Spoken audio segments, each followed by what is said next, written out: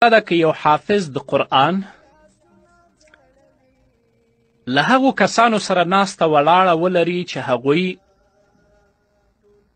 د کبائرو مرتکب ګرځي، بې حیا وي، فاسد وي او فاسق وي. همدغه حافظ د قرآن پسې اقتدا صحیح ده که نه ده صحیح؟ یار محمد ورور په دې کې تحقیق پکار دی چې همدغه حافظ د قرآن چې همدغو ځوانانو سره کینی د ده هدف څه شی دی. که د ده هدف د هغوی اصلاح وي چې زما په ناسته باندې، زما په نصیحت باندې او زما په وینا باندې الله رب العزت هغوی ته هدایت وکړي، دا بې حیایي، دا فسق، فجور او فساد پرېږدي، هیڅ ستونزه نشته، تاسو ورپسې اقتدا کولی شي.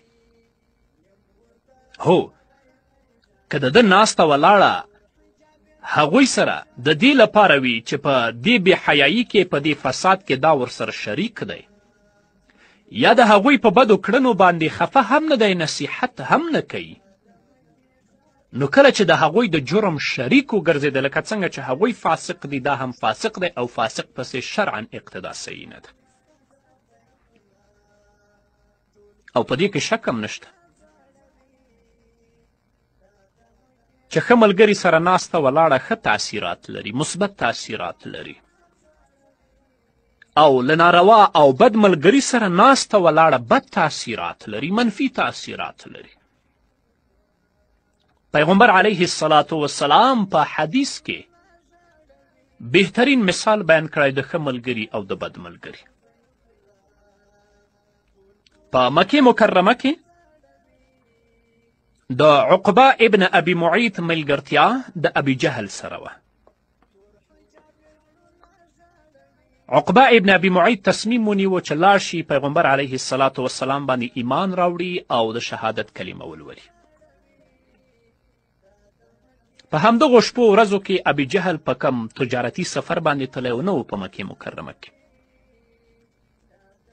ماښام اراده وه، بس په همدغه ماښام ابي جهل راغی، خبر شه چې عقبه ابن ابي معیط تصمیم نیولی، اراده لري چې ایمان راوړي.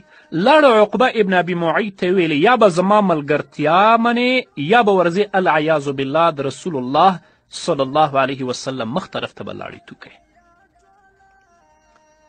چونکه د هغه ملګرتیا له فاسد سره وه، له مشرک، له بېدینه سره وه، د هغه ملګرتیا په ده باندې بد تاثیر او منفي تاثیر کړی و. د دې پر ځای چې ایمان راوړي، لاړه د نبي کریم صلی الله علیه وسلم مبارک مخ طرف ته لاړې تو کړې او هغه وروم نه رسېدلی. له دې نه وروسته نور جهالتونه هم وکړل چې بالاخره د بدر په غذا کې مردار شه، ځای تلپاتې جهنم. اما د ابي جهل ورور عیاش ابن ابي ربیعه چې د مور له طرفه ورور و، د پلار له طرفه نه و، د ده ملګرتیا د امیر المؤمنین سیدنا عمر فاروق رضی الله تعالی عنه سره وه. چې کله امیر المؤمنین هجرت وکړه مدینې منورې طرف ته، دا هم ورسره لاړ. اراکوزیا رادیو دوی په لاره کې ول چې ابي جهل او ورونه یې ورپسې لاړل. ده ته یې وویلې چې ستا مور قسم کړی چې تر څو چې ته بیرته راون نه ګرځې کور ته، زه به نه خوراک کوم، نه به څښاک کوم او لمر ته به درېږم. امیر المؤمنین ورته وویلې چې ګر زما دوی تا ته دوکه درکوي. خو د مور حالت چې کله ابي جهل ورته بیان که، تاثیر یې پرې وکړه، وګرځېده. چې کله وګرځېده په زنځیرونو یې وتړ او مکې مکرمه کې په یو کوټه کې واچو.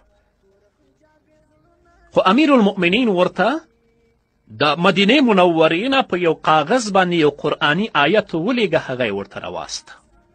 کله به چې عیاش ابن ابي ربیعه د آیت لسته، ژړلی به. بالاخره الله رب العزت ورته امکانات برابر کړل، دا د ظلم او د وحشت هتکړۍ چې په پښو کې پرتې وې ماتې شوې. وتښتېده، لاړه مدینې منورې ته، د محمد رسول الله تر څنګ ژوند تیر که او ځای تلپاتې جنت شه. نو چې د ښو سره ملګرتیاوي ښه به وي او که له بدو سره ملګرتیاوي بد به وي.